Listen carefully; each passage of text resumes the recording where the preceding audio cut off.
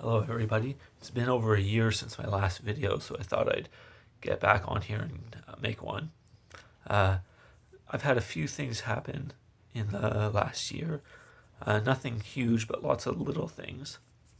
And so I'll go over them. One, me and my dad are now moved in with my mom, so I'm in a new place here. Um, because I'm now no longer downtown, I have to drive to get downtown to do my grocery shopping. So I'm driving again now. And now I'm also going to a church in Tilsonburg here. And so I'm slowly getting more functional over time.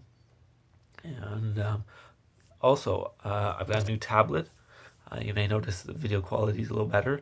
It's a Samsung tablet, and it's my old one was getting quite old and slow, so I thought it was time to upgrade.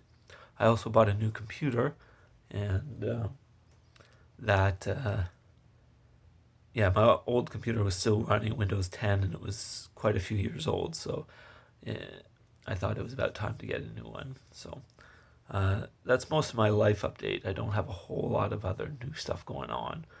Um, so I thought I'd talk a little bit about AI, since it seems to be in the news a lot, and just give my opinions on it. Uh, every once in a while, a new technology comes along that changes a lot of things, that really disrupts. You look at the internet back in the 90s, and everybody, when it was first came out, everyone was like, oh, everything's going to the internet. And it became this big bubble. And the thing is, a lot of the promise of that early bubble did come true for the internet. It just didn't come as fast as many people expected it to. And I think you're seeing the same thing with AI. AI seems to be in a bubble right now. There's the valuations of companies that are insane. The amount of venture capital going to AI funds or AI companies is absolutely insane. And but it does hold a lot of promise. And I just think of one thing that I have some experience with, which is motion capture. Uh, if you wanted to do motion capture in the past, you'd have to either like rent a motion capture environment, like go to a studio or whatever where they have one set up and use it there, or you had to buy your own, and they're very expensive, tens of thousands of dollars. Each camera is in a motion capture system is worth thousands of dollars.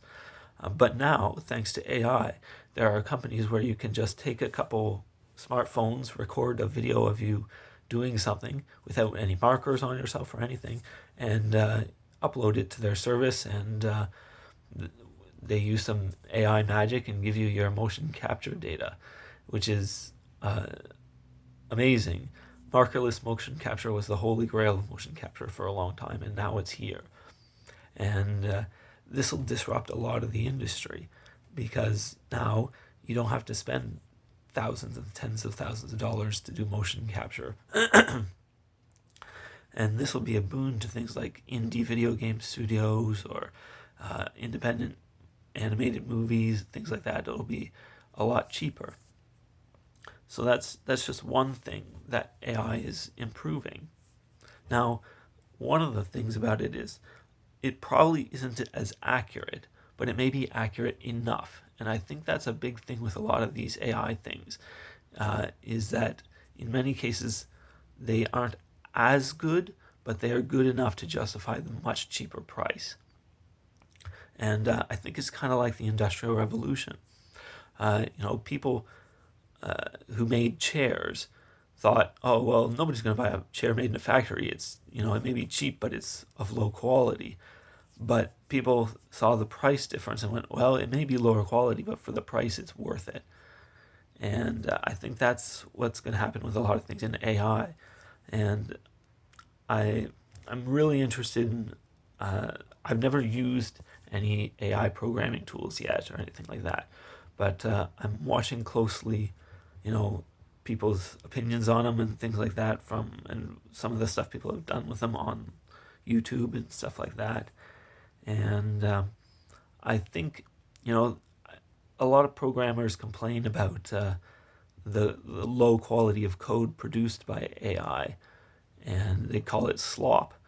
And I kind of wonder if it's also like the Industrial Revolution things that, it may be slop code, but it may be good enough to justify the much cheaper price. That it's a lot cheaper to produce some AI generated code than to hire a bunch of engineers. So you'd hire fewer and augment them with AI. I don't know, because haven't used them myself. I can't really offer an opinion on it. But I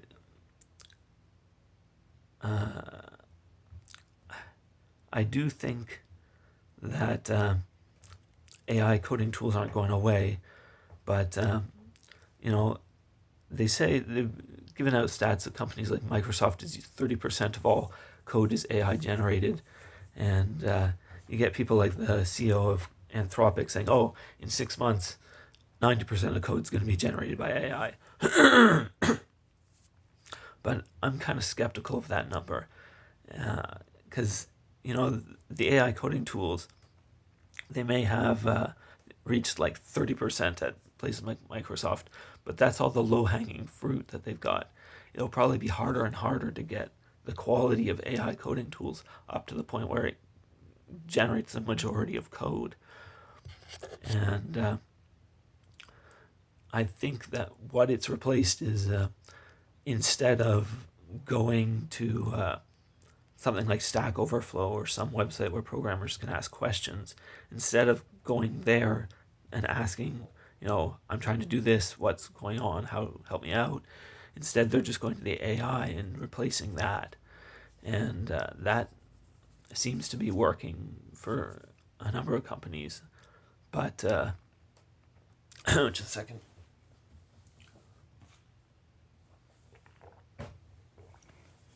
Sorry about that. But, where was I? Yeah, I wonder if it's they've got the low hanging fruit, the easy stuff, and now improving the AI tools after that will just get harder. I don't know. It's hard to say. We'll only have to see. But I've been kind of thinking, even if people may wonder, like, if programming is changing and there's not going to be near as many programmers, would I regret going to college for it and that? And I don't regret it at all, even if I never work another day as a programmer again, because I enjoy programming and I like understanding technology and how it works. And even if I don't program for for money again, I still am glad I went to college for it, and I'm still glad I'm learning about it. And even though I can use my eyes very little right now, I'm still trying to do little bits of learning of programming on the side, just what I can, because I'm interested in it. And I remember there was a quote I read, and it's a lot of people could be taught to sculpt. Michelangelo would have to have been taught not to. So it is with great programmers. And I'm not a great programmer. I know many programmers better than me. But I think there's a lot of truth to that. Like, I got into programming because I enjoyed it. And when I went to college, I took the attitude that even if I never get a job doing this, I'm doing this because it's what I love, what I want to learn. And